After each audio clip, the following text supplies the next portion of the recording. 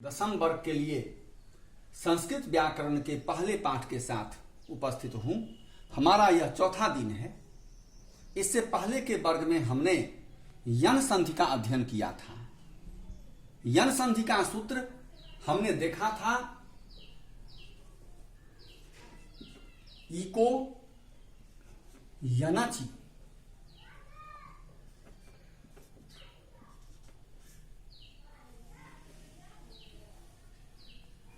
ये हमने देख लिया था। आपको यह भी पता है कि इक का अर्थ होता है ई, उ, री, लिरी, और यन का अर्थ होता है य, व, र, ल। तो हमने बता दिया था आपको कि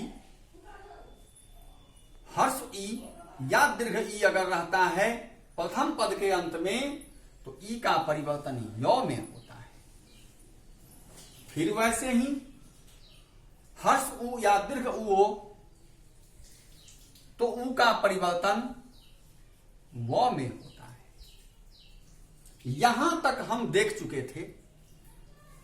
अब हमें देखना है री का परिवर्तन र में होता है।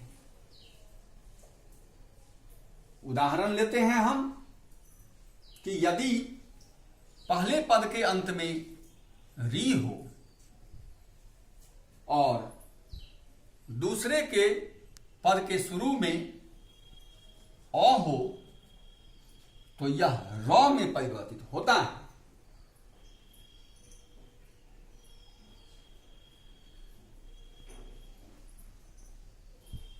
ऐसे ही यदि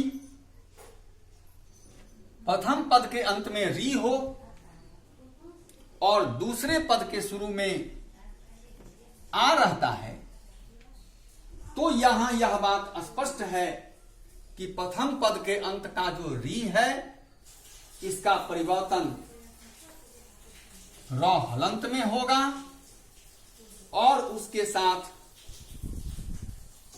आ जुड़ने पर यह रा होगा।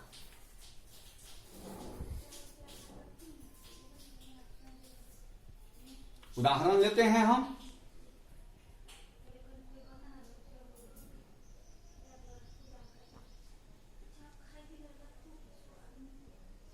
जैसे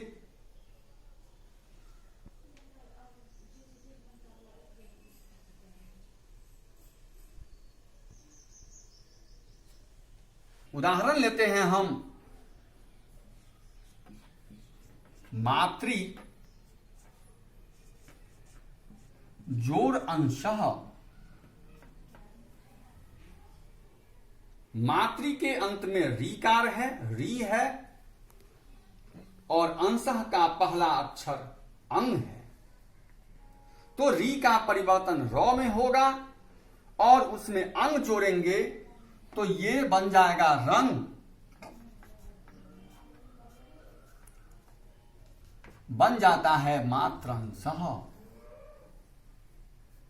मातृ जोड़ अंशः मात्रंशः। ठीक उसी प्रकार अगर लिरी के साथ लिरी का परिवर्तन लौ में होता है। इसके बहुत सारे उदाहरण आपको नहीं मिलते हैं। फिर भी जो उदाहरण हमारे पास है लिरी के साथ अ मिलने पर लौ बनता है। उदाहरण है लिरी जोड़ अकारः तो यह बन जाता है लकारः।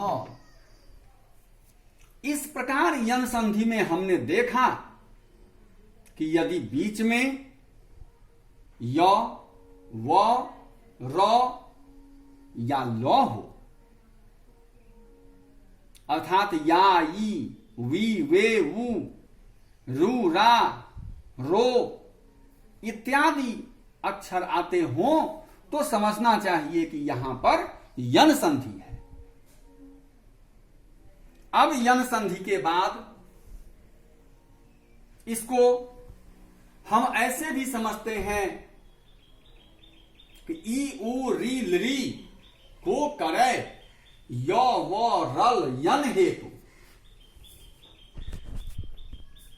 ई उ री लरी को करे य व रल यन हेतु, अर्थात जिसमें ई का य होता हो, उ का व होता हो, री का र होता हो और लरी का ल होता हो, तो इसे हम यन संधि कहते हैं। अब देखते हैं आगे हम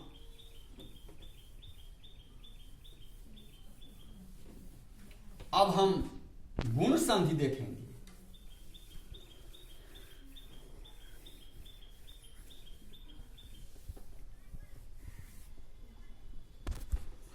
गुण संधि, सबसे पहले हमको ये देखना है कि आखिर ये गुण क्या होता है। गुण हम किसको कहते हैं? तो ए ओ और अर कहा जाता है। ए ओ अर गुण जानिए।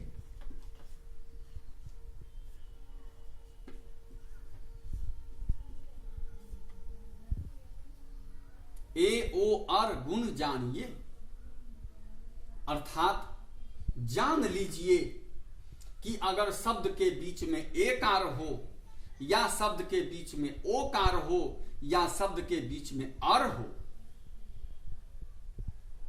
तो वहां गुण संधि है।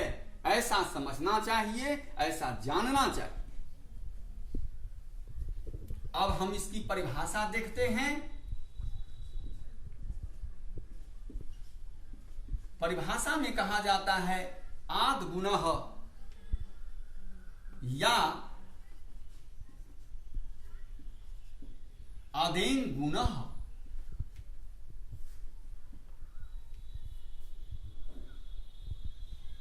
मतलब है कि यदि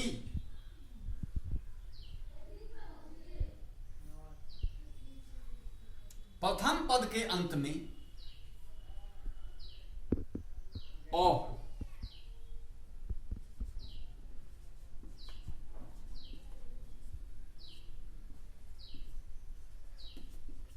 प्रथम पद के अंत में ओ हो एवं दूसरे पद के शुरू में आप ई लगाते हैं, ओ या आ,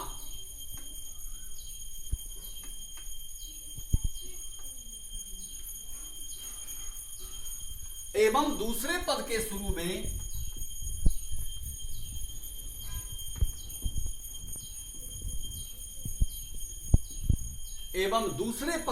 में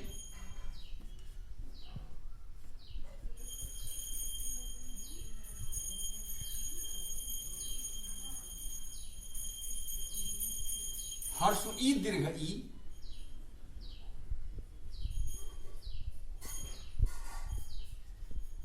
हर्ष उ दीर्घ उ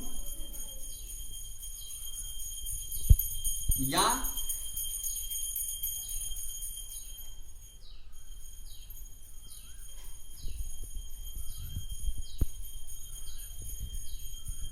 री हो तो क्रमशः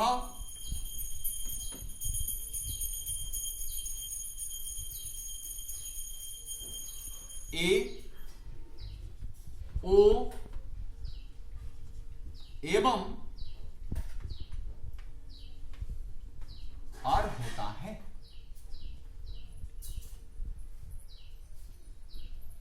अब हम इसको अलग अलग करके देखते हैं कि अगर ओ या आ के बाद हर्ष ई या दीर्घ ई होता है, मतलब आपको समझना है कि प्रथम पद के अंत में ओ या आ हो, दूसरे पद के शुरू में हर्ष ई या दीर्घ ई हो, इनमें से कोई भी, तो वहां ए का निर्माण होता है। उदाहरण लिख लीजिए,